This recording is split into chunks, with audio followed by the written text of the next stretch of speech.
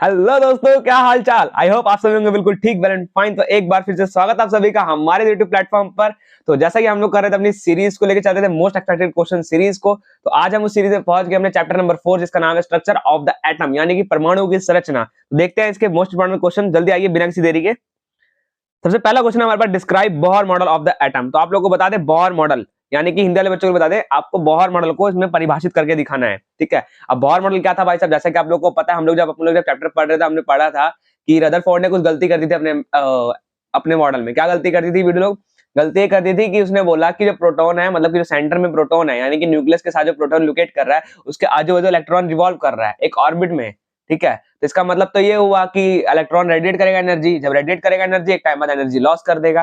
जब energy loss कर देगा तो जाके न्यूक्लियस से जाके क्रैश कर जाएगा। मीनवाइल क्या होगा, जो पूरा एटम है वो हाईली अनस्टेबल हो जाएगा। तो एक गड़बड़ वाली बात करी कि नहीं करी रदरफोर्ड ने? तो बस इसी मॉडल को सही करते हुए बोहर मॉडल ने अपना मॉडल बोला। कहता रदर भैया आप बिल्कुल ठीक बोल रहे हैं, आप बोल बिल्कुल ठीक रहे हैं, बस थोड़ा सा गड़बड़ क्या कर दिए हैं आप बोल दिए कि ऑर्बिट में होता है, लेकिन डिस्क्रीट ऑर्बिट में होता है। बस थोड़ा सा मॉडल में चेंज किया उसने।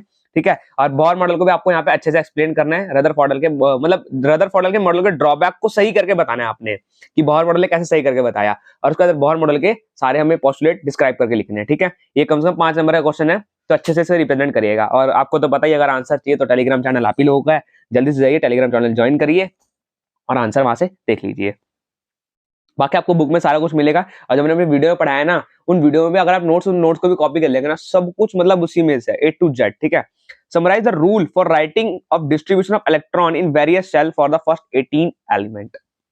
ठीक है। आपको रूल डिस्क्राइब करना है कि कैसे हम लोग इलेक्ट्रॉन्स को फर्स्ट 8 एलिमेंट्स, मतलब जो भी एलिमेंट है उनको कैसे डिस्क्राइब करते हैं। देखो सिंपल फंडा है, आपको कराया था ना 2n का स्क्वायर वाला फॉर्मूला, बस वही लिखना है। के शेल के हिसाब से बताना है, फिर एल, फिर एम, फिर एन। कितने कितने थे याद होगा आपको? 2, 8, 16 और 32। अब वो कैसे आए वो आप लोग देखिए भाई, आप लोगों को करने हैं क्वेश्चन। ठीक है। तो करिएगा इन्हें, 1 मिनट। चलिए नेक्स्ट क्वेश्चन देखते हैं। देखिए बड़ा सिंपल क्वेश्चन है, बस आपको वही जो पोस्टुलेट वगैरह के बाद ना, जब आप देखेंगे ना अपनी बुक खोलिएगा, जब आप या फिर मेरे नोट से आप अगर पढ़ रहे हैं, तो जहां पे जैसे बोहर मॉडल खत्म हुआ ना, वैसे उसके नीचे जस्ट मैंने करा रखा है। ठीक है। और बुक में उसके नीचे आपको अवेलेबल है ये। ठीक है। आते हैं, what are ion, what are the it's two types. अब देखो आयन क्या होता है भाई साहब, आयन कुछ नहीं, जिसके पास क्या होता है, कुछ ना कुछ चार्ज होता है। अब दो तरह का चार्ज होता है, एक पॉजिटिव चार्ज और एक नेगेटिव चार्ज। इसको बोलते हैं कटायन, इसको बोलते हैं अनायन। ठीक है। अब ये कर लीजिएगा, छोटी छोटी चीजें मैं पहले ही अपने लेक्चर में कवर कर चुका हूँ इन्हें। ठीक है। आइए देखते हैं आगे। आ गया भाई साहब, एक्सप्लेन आइसोबार एंड आइसोटोप। भाई लोग आप लोग को आइसोबार भी एक्सप्लेन करना है और आइसोटोप भी एक्सप्लेन करना है। ठीक है। और साथ साथ आइसोटोप की एप्लीकेशन भी लिखनी है। जैसे कि मैंने लोग बताया था, आइसोटोप की एप्लीकेशन क्या थी भाई, कैंसर के पेशेंट के लिए यूज होता है, ग्वाइटर गेघा रोग जिसे हम बोलते हैं उसके लिए यूज होता है। ठीक है। ये भी आपको बुक में अवेलेबल है, तो प्लीज इसे कर लीजिएगा। अच्छा हाँ, एक और न्यूक्लियर रिएक्टर के लिए भी आइसोटोप यूज होता है। ठीक है। अब वो किस किस का आइटोप है वो आप खुद रिसर्च करेंगे। ठीक है। बुक से पढ़िएगा, इसी बहाने आप पढ़ भी लेंगे। अगला है व्हाट आर कनाल रेस। कुछ नहीं भाई, कनाल रेस क्या है, पॉजिटिव चार्ज रेस होती है। किसने डिस्कवर करी भाई? ई गोल्डस्टीन ने करी थी। देख कर लीजिएगा ये भी। ठीक है। अभी तक कितने क्वेश्चन हो गए हमारे? हमारे क्वेश्चन हो गए 1, 2, 3, 4, 5, ये 5 क्वेश्चन हो गए। ठीक है। आइए अब 2 क्वेश्चन और है, बड़े अच्छे क्वेश्चन है, इन्हें ध्यान से देखिएगा। ठीक है।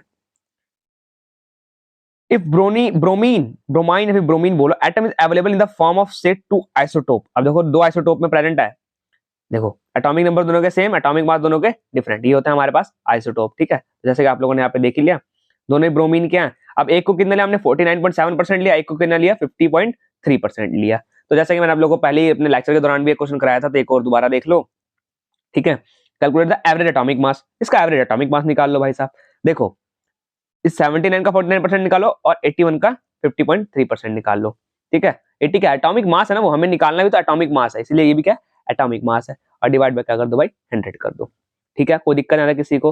अब सिंपल है, ये हमने कर दिया। आंसर कितना आ जाए तो 80 आ जाएगा। ऐसे कर लीजिएगा। ठीक है। बहुत सिंपल सिंपल है, आंसर आपको अवेलेबल है, देख लीजिए यहाँ पे, पहले भी करा चुके हैं। और जिससे अगर क्लियरफाई मतलब एकदम बिल्कुल डीप तरीके से समझना है, वो जाइए लेक्चर देखिए। ठीक है। लेक्चर आपको डिस्क्रिप्शन बॉक्स में लिंक मिल जाएगा। आइए नेक्स्ट क्वेश्चन देखिए, the average atomic mass of the sample of the x is 16.2 u, what are the percentage of isotope. इस बार भी देखो, इस बार ना नाम नहीं लिया है, इधर बोलता है एटॉमिक मास दे रखा है, इधर एटॉमिक मास दे रखा है। ठीक है। इधर परसेंटेज बतानी है, क्या बतानी है इस बार, परसेंटेज बतानी है, किसको हमने कितना लिया है। एक आइसोटोप जिसका 16 एटॉमिक मास है, एक का कितना है 18, दोनों का एटॉमिक नंबर क्या है, सेम है। आइए बस कुछ नहीं है, सिंस एवरेज एटॉमिक मास वाला फॉर्मूला वही सेम टू सेम एप्लीकेशन दोबारा से अप्लाई हो गया, बस इसका ऑपोजिट वाला अप्लाई हो गया यहाँ पे। ठीक है। तो हमारे पास 10% और 90% आंसर आ जाएगा, इसे कर लीजिएगा। ठीक है, आंसर आपको इसमें भी अवेलेबल करा दिया मैंने ताकि आप लोगों को दिक्कत ना आए। ठीक है, तो ये 2 न्यूमेरिकल थे हमारे पास। अच्छा, अगर आपको इनको डीप तरीके से समझना है न्यूमेरिकल्स को कैसे क्या, हम एक न्यूमेरिकल सेशन भी लेके आएंगे, कमेंट सेशन में डाल दीजिएगा अगर आपको न्यूमेरिकल सेशन चाहिए तो। ठीक है, बाकी हमने अपने रेगुलर लेक्चर में भी कवर सारा कुछ कर रखा है। ठीक है, जिन्होंने हमें लेक्चर लगाए उन्हें तो कोई दिक्कत नहीं आ रही होगी, और जिन्होंने नहीं देखा वो जाके देख लें। ठीक है, अगर आपने कहीं से पढ़ा तो इन क्वेश्चन को प्लीज एक बार करके जाइएगा, बहुत ज्यादा इंपॉर्टेंट क्वेश्चन है ये। ठीक है, 1 मिनट, अगर आपको स्क्रीनशॉट लेना है तो रुकिए, ये लीजिए, आप लोग अगर स्क्रीनशॉट लेना चाहते हैं स्क्रीनशॉट ले लीजिए। ठीक है, आइए अब नेक्स्ट हमारे पास ये रहे। ठीक है बच्चों, तो आज का हमारा लेक्चर यहीं पे समाप्त होता है, तो मिलेंगे ऐसे नेक्स्ट वीडियो के साथ। अच्छा, नेक्स्ट वीडियो आपको किसके ऊपर चाहिए, क्या टॉपिक होना चाहिए, डाल दीजिएगा। ठीक है, बाकी अपनी expected most expected question series ऐसी चलती रहेगी। ठीक है, तो अगर कोई भी डाउट हो तो प्लीज कमेंट सेक्शन में डालिएगा। तो मिलते हैं नेक्स्ट वीडियो में। एक मिनट, आपको पता है ना, अगर वीडियो आपको पसंद आई है या फिर आपके लिए यूजफुल है, अगर आपको ये क्वेश्चन अच्छे लगे तो प्लीज वो काम जरूर करिएगा जो सब आपको बोलते आ रहे हैं। ठीक है, आई होप आप लोग को पता होगा क्या करना है आपको, तो प्लीज जल्दी से जाइए चैनल को